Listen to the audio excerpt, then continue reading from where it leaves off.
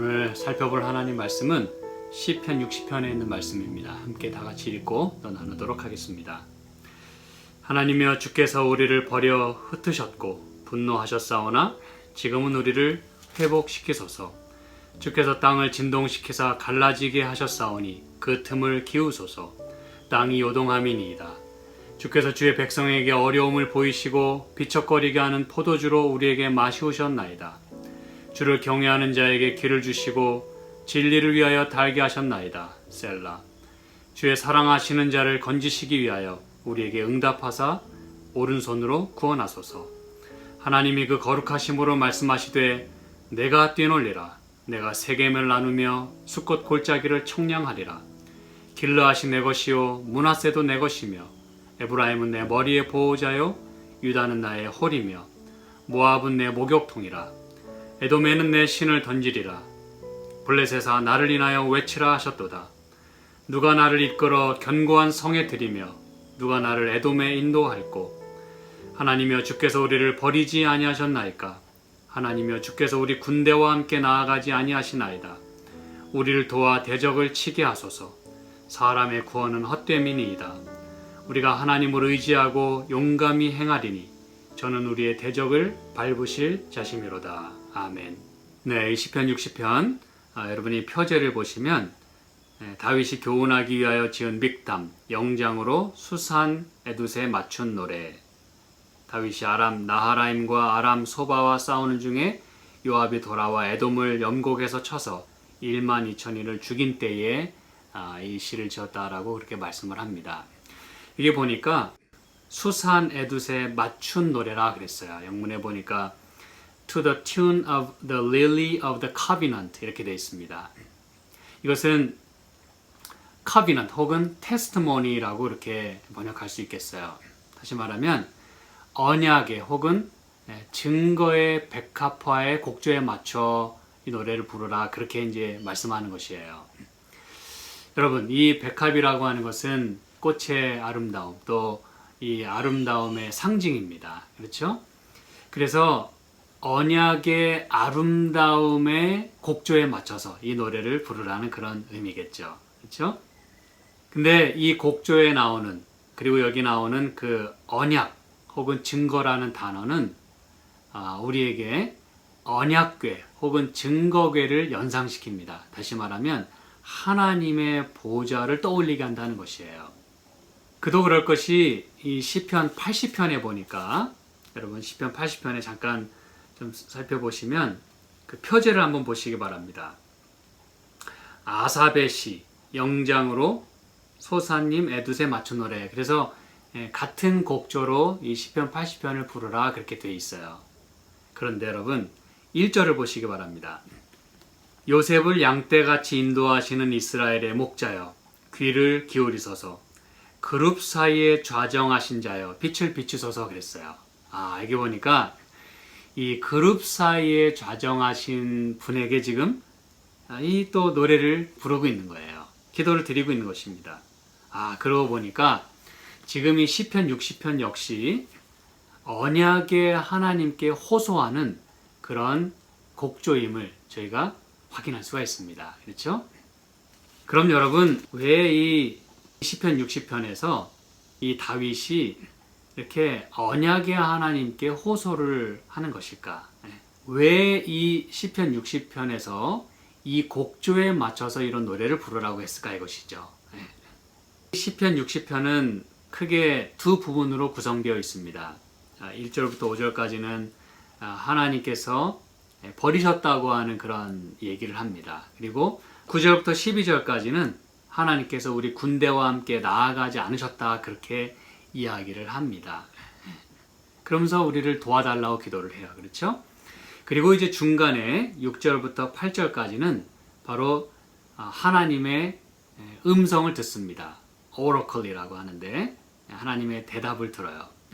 다시 말하면 이 시는요, 다윗이 이 대적과, 즉 에돔과의 전쟁에서 패한 경험을 바탕으로 해서 슬픔과 아픔을 노래합니다.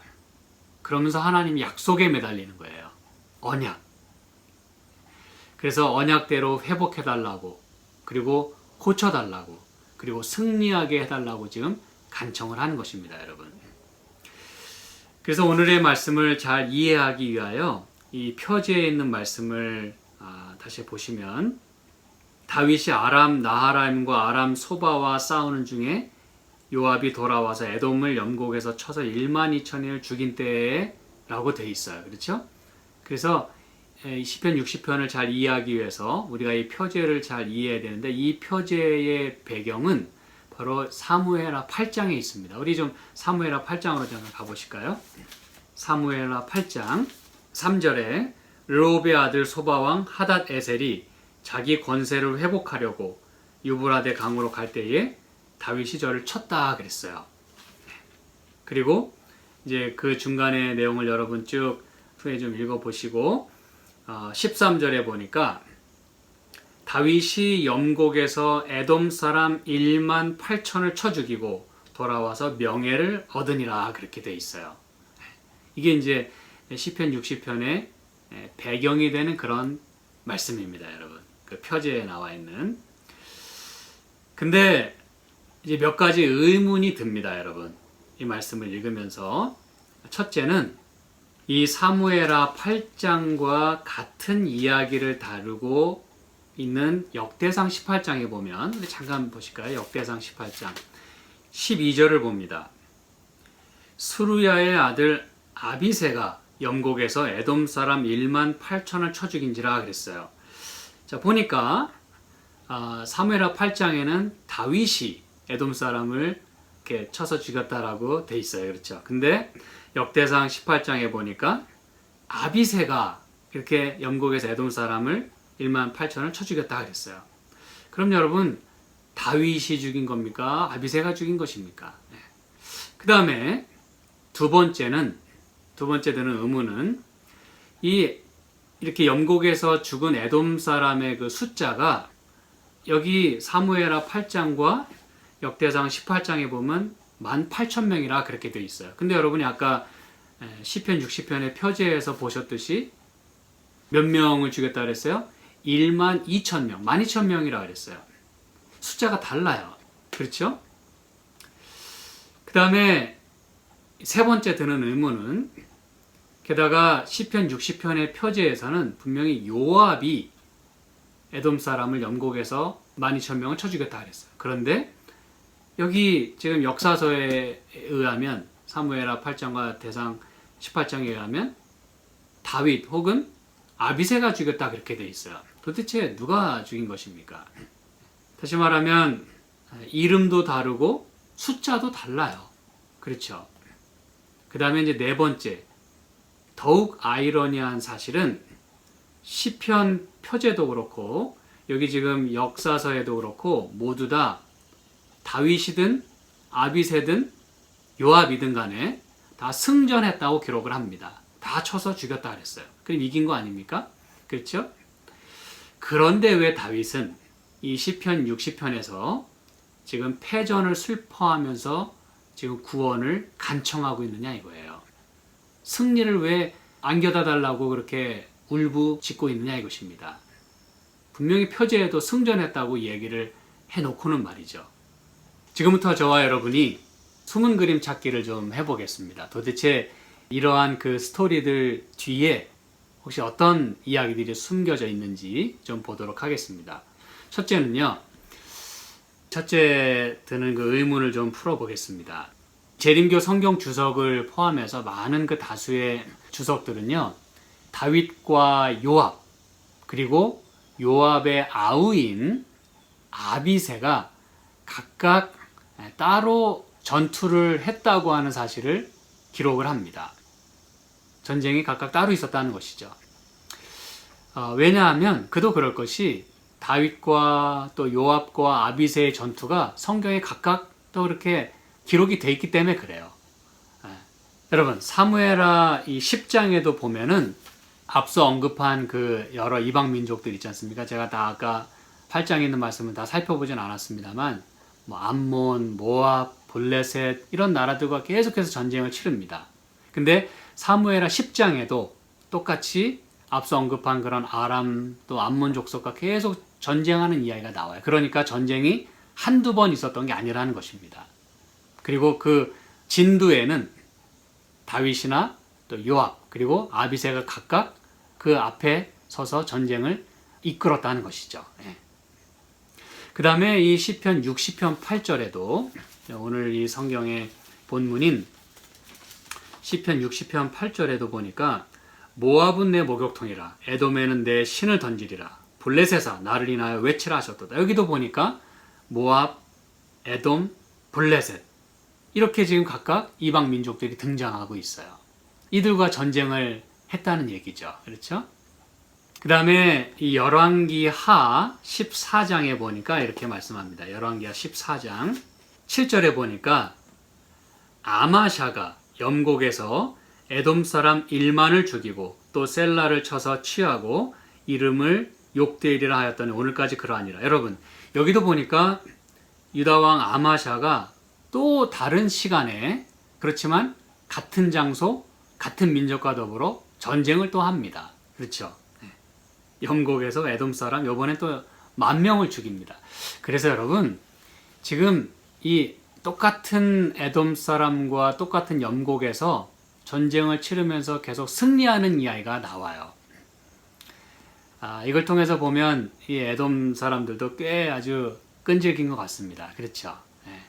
그 사실 형제 나라인데 계속해서 건드리는 것이죠.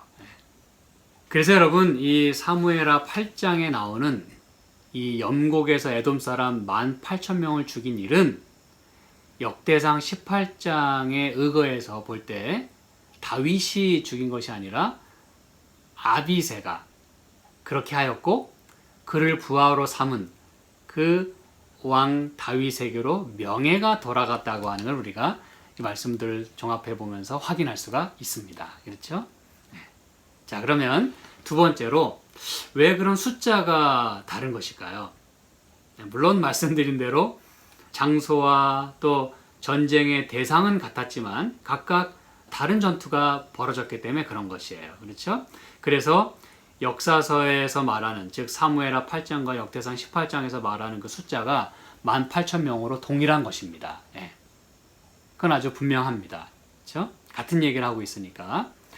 그럼 여러분 시편 60편에서 말하는 그 표지에서 말하는 요압의 12,000명은 무엇입니까? 이걸 우리가 확인할 길은 있을까요? 이 앞서 언급한 성경절이나 전투 이외에 열왕기상 11장에 이런 이야기가 또 나옵니다. 열왕기상 11장에 14절부터 있는 말씀 보니까 여호와께서 에돔 사람 하닷을 일으켜 솔로몬의 대적이 되게 하시니 저는 왕의 자손으로서 에돔에 거하였더라. 여기도 보니까 지금 에돔 사람들이요 이 다윗 시대뿐만 아니라 또 이 솔로몬의 시대에도 여전히 대적이 됐다 그랬어요. 아까 또 아마샤 왕 때도 그렇고 끊임없이 아무튼 이스라엘 민족과 어쨌든 싸웁니다. 계속 지면서도 계속 달라붙는 거예요. 그렇죠? 여기 이제 15절 전에 다윗이 에돔에 있을 때 군대 장관 요압이 가서 죽임을 당한 자들 장사하고 에돔의 남자를 다 쳐서 죽였는데 요압은 에돔의 남자를 다 없이하기까지 이스라엘 무리와 함께 6달을 그곳에 유하였더라. 여기도 보니까 에돔 사람들은 수차례 패하면서도 지칠 줄 모르고 이스라엘 민족과 전쟁을 일삼습니다. 그렇죠? 그리고 17절에 보니까 이 하닷은 작은 아이라 그러면서 과거 그 다윗에게 패했을 때 여기 등장하는 그 하맛이라는 사람은 어린 아이였다 그랬어요. 그런데 이제는 커가지고는 또 솔로몬의 대적이 되는 것입니다, 여러분. 근데 여기 15절에 보니까 요압이 에돔의 남자를 다 쳐서 죽였다고 나와요. 물론 여기 숫자는 정확히 나오진 않습니다만 정황상 이때 요압이 염곡에서 에돔 사람 12,000명을 죽인 것으로 보입니다. 여러분 염곡은 에돔 지역에 있는 곳이에요. 그래서 적진으로 가가지고 쳐부수는데 여기서 그 12,000명을 죽인 것으로 이렇게 우리가 이해를 할 수가 있어요. 그럼 여러분이 물을 것입니다. 목사님, 여기 지금 16절에 보면 요압은 에돔의 남자를 다 없이 하기까지 그랬는데 한마디로 다 멸절했다는 뜻인데 12,000명만 죽였다는 게 말이 안 되잖아요. 그렇게 추측하는 게 말이 안 되지 않습니까? 라고 물으실 거예요. 근데 여러분 성경에 보면 여기 이렇게 단서를 남기십니다. 하나님께서. 뭐라고 말씀하세요? 요압은 에돔의 남자를 다 없이 하기까지 이스라엘 무리와 함께 6달을 그곳에 유하였다 그랬어요. 보니까 6개월을 이곳에 머물면서 에돔 사람을 다 죽인 거예요. 이렇게 하나님께서 곳곳에 단서를 남겨두셨어요. 저와 여러분이 마치 숨은 그림 찾듯 성경을 연구하라는 뜻이죠. 그렇죠? 재밌게 공부하라고. 자, 그러면 여러분 마지막 4번째 의문이 남아 있습니다. 승전을 기록하면서 왜 다윗은 패배를 이렇게 슬퍼하고 또 아파하면서 하나님께 부르짖고 있을까 이것입니다. 사실 이 부분을 이해해야 왜 요압이 12,000명을 죽이고도 6개월을 더 머물면서 에돔 남자를 다 죽이게 되었는지에 대한 그 이유도 우리가 좀 짐작해 볼 수가 있어요. 자, 좀 전에 우리는 시편 60편의 배경이 되는 그 사무엘하 8장을 살펴보았어요. 그런데 그 바로 전 장인 사무엘하 7장에 보면 저와 여러분이 일전에 살펴보셨듯이 하나님께서 다윗과 언약을 맺으십니다. 이건 이제 언약이란 단어를 여러분이 꼭 기억해 두시면 좋겠어요. 염두에 두시면 좋겠어요. 하나님께서 다윗의 집과 또 왕위를 견고히 하시겠다고 말씀하시면서 또 하나님께서 하나님의 집을 또 지으시겠다 그런 말씀을 하십니다. 그렇죠? 그래서 여러분 그 이유 때문에 사무엘하 8장부터 나오는 그 모든 전쟁마다 다윗은 승리를 거두게 됩니다. 하나님께 약속하셨으니까. 그리고 이어서 이 시편 60편의 배경이 되는 그 에돔 사람을 물리치는 이야기가 나오는 것이에요. 그래서 또 이기게 되는 것입니다. 그래서 여러분 사무엘하 8장 제가 아까 읽지는 않았습니다만 6절에 보니까 후반부에 다윗이 어디를 가든지 여호와께서 이기게 하시니라. 그 다음에 14절에도 보니까 다윗이 에돔의 수비대를 두되 온 에돔의 수비대를 두니 에돔 사람이 다 다윗의 종이 되니라. 그러면서 다윗이 어디를 가든지 여호와께서 이기게 하셨더라 그랬어요. 그렇죠? 그런데 이렇게 승승장구하던 다윗이 도대체 무슨 일이 있었길래 이 시편 60편에서는 그렇게 탄원하는 것입니까? 왜 승리를 안겨다 달라고 그렇게 기도하는 것입니까? 여러분, 이건 뭘 말해주냐 하면 다윗의 그 승전 배후에는 한때 전세가 기울어서 패배를 경험한 적이 있었음을 말해주는 것입니다, 여러분. 그렇지 않고서야 시편에서 이렇게 기도할 수는 없는 것이에요. 시편 60편에 이렇게 이야기하지 않습니까? 하나님이여 주께서 우리를 버려 흩으셨고 분노하셨사오나. 그렇죠? 그 다음에 주께서 땅을 진동시켜서 갈라지게 하셨고, 또 3절에 주께서 주의 백성에게 어려움을 보이시고 비척거리게 하는 포도주로 우리에게 마시오셨나이다. 그 다음에 또 10절에도 보니까 하나님이여 주께서 우리를 버리지 아니하셨나이까. 하나님께서 우리 군대와 함께 나아가지 아니하시나이다. 그래서 우리가 졌다고 하는 것이죠. 그래서 11절에 우리를 도와 대적을 치게 하소서. 사람의 구원은 헛되이니이다. 그래서 여러분 지금 이렇게 기도한다고 하는 것은 그의 패배를 아파하면서 하나님께 구원을 요청하는 거예요. 다시 말씀드리면 사무엘하 8장 그리고 역대상 18장에 기록되지 않았던 그 패전의 아픔이, 즉 이 비하인드 스토리가 지금 시편 60편에서 다윗에 의해서 공개되고 있다는 사실입니다, 여러분. 근데 제가 이렇게 말씀을 드리는 것이 제 얘기가 아니라 그것을 확신하게 해줄 단서가 열왕기상 11장에 들어있습니다, 여러분. 열왕기상 11장 다시 한번 좀 볼게요. 15절입니다. 숨은 그림을 한번 찾아보시기 바랍니다. 아까는 제가 일부러 이 부분을 강조하진 않았어요. 전에 다윗이 에돔에 있을 때에 군대 장관 요압이 가서 죽임을 당한 자들을 장사하고 에돔의 남자를 다 쳐서 죽였는데, 전에 그랬어요. 그렇죠? 이것은 이제 사무엘하 8장에서 에돔 사람을 다 죽인 때를 가리키는 것입니다. 그때 그 상황 속에서 에돔 사람을 다 쳐서 죽이기 전에 무슨 일이 있었냐 하면 뭐라고 말씀해요?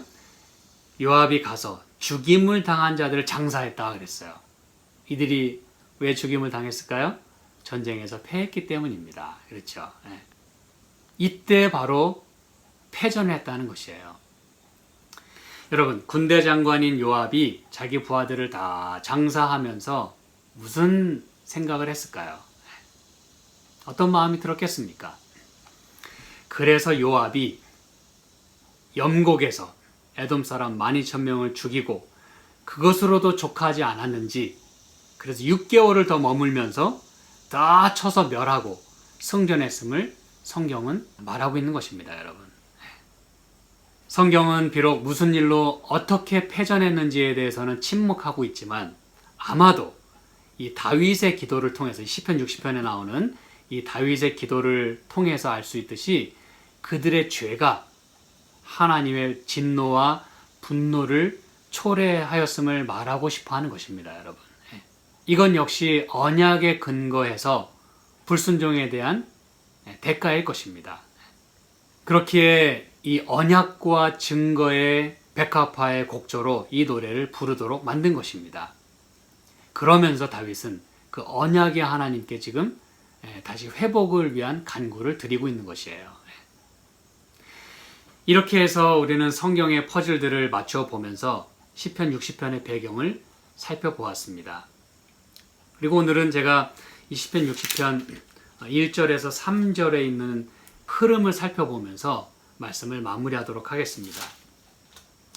1절부터 3절에 보시면은 7개의 동사가 등장합니다.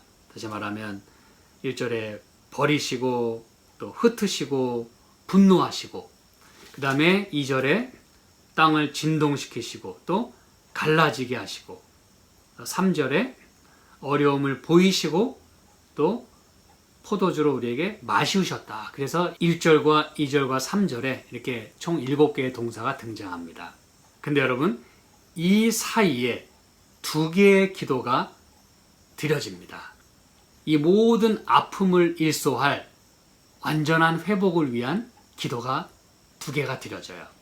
그건 바로 1절에 지금은 우리를 회복시키소서 그리고 2절에 그 틈을 키우소서 다시 말하면 restore us and heal us 우리를 회복시키시고 우리를 치유해 주소서 그렇게 기도를 드리는 것입니다. 여러분 비록 하나님께서 이렇게 언약에 불충실한 백성에게 벌을 내리시지만 그것은 미워서가 아니라 언약에 근거한 정당한 처사임을 다윗은 알았다는 것이에요. 그래서 다윗은 그 하나님께 다시 회복시켜 달라는 기도를 드리는 것입니다. 다윗은 자신에게 약속하신 하나님의 말씀을 기억합니다. 아까 사무엘하 7장에. 그래서 지금 다윗은 그 언약에 호소하고 있는 거예요. 그리고 하나님은 이 계율에서 우리가 살펴봤지만 6절부터 8절까지 응답하고 계시는 것이에요. 말씀하시는 것입니다. 내가 뛰놀리라. 이것이 바로 하나님의 사랑이고 자비입니다. 사랑하는 여러분, 저는 이제 오늘 제가 말씀을 마무리하면서 성경에 비록 에러가 있는 듯 보여도 이처럼 분명하게 하나님의 인도하심을 보여주는 오늘의 말씀에 감사하지 않으십니까? 하나님께서 약속하신 것은 반드시 당신의 뜻과 섭리 속에서 이루시는 분임을 잊지 마시기를 간절히 바랍니다. 우리의 실수와 아픔을 하나님은 반드시 회복시켜 주시는 분이십니다. 여러분 함께 기도하시겠습니다. 하나님 아버지 참으로 고맙습니다. 우리의 아픔과 슬픔 중에도 주님께 그렇게 회복해달라고 기도했던 다윗의 마음을 오늘 저희가 가지면서 우리의 삶 속에서 뭔가 무너지고 또 흔들리고 또 나의 잘못으로 인해서 이르러 온 많은 일들 속에서 하나님이시여 주께서 회복시켜 주시고 또한 치료하여 주시옵소서. 말씀하신 대로 이루시는 당신의 뜻을 오늘 우리에게 보여주시고 주신 하루 동안에 또한 하나님의 은총과 또 축복으로 또 또 보호하심으로 하루를 잘 생활할 수 있도록 축복하여 주시옵소서. 예수님의 이름으로 기도합니다. 아멘.